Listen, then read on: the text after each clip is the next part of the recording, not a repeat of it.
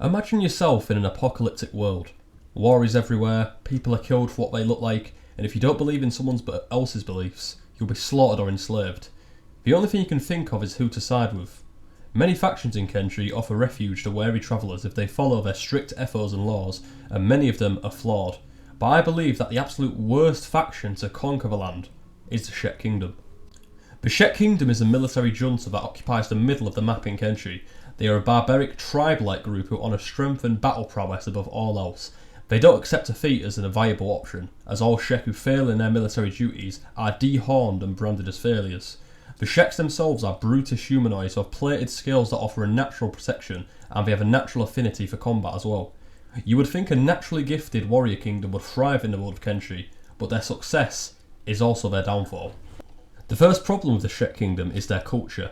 Any Game of Thrones enthusiast watcher will understand when I say the Shek are like the Ironborn, they do not sow.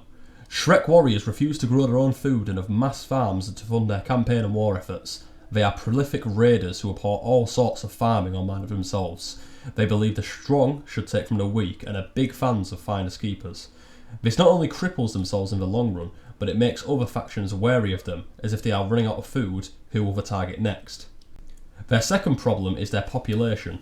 Unlike the Holy Nation, which converts new followers, or the United City, who take criminals and slaves into their workforce and ranks, the Shek do little to replenish their numbers.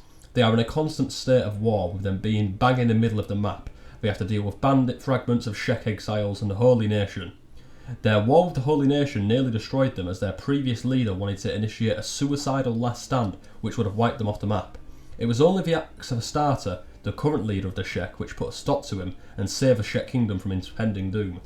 Not only are they constantly dying from war, any survivors of the Shek wars are branded cowards and castrated in a way with their horns being cut off, and either forced into servitude or exiles.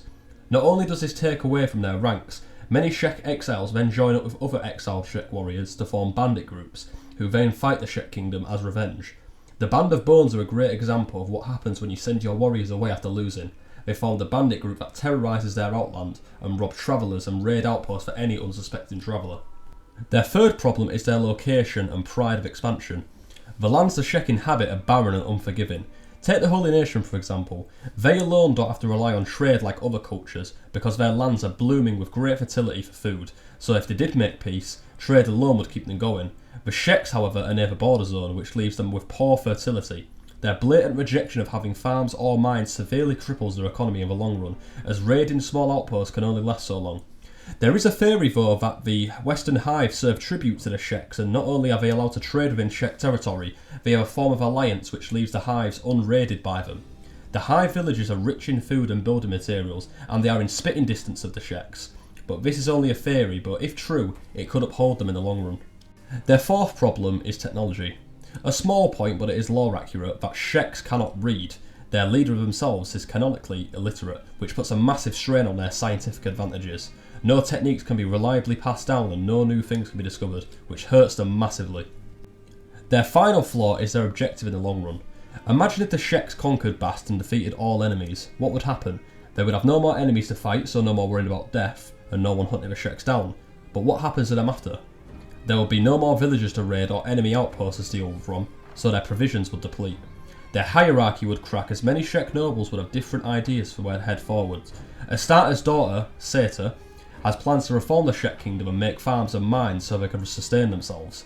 However, there will be many proud Sheks who reject this idea and will make claims that Sheks should follow the old way and fight for their food. This would more likely fall into civil war and their problems would worsen. You can make the claim that the Hivers would come to their defence, but for how long would the Western Hive be tributaries for? There would be a time where they don't want to be vassals anymore and rebel, which could cut off their last trading partner. You could also make the argument that Sheks would enslave people to farm and mine for them, but the Sheks don't necessarily believe in slavery, as they don't have many in the base game. They are no better than Vikings from Scandinavia who invaded other lands for loot and glory, but at least the Vikings had sustaining farmland so they could prosper. Overall, the Sheks are a culture of war and pride, which in all aspects is honourable, but the long-term plans will destroy them as other factions are more suited and present to the future. Thank you for watching. Please like, subscribe and comment what you want to see next, or if you have any questions about Kenshi itself. Thank you, and remember to have a good one.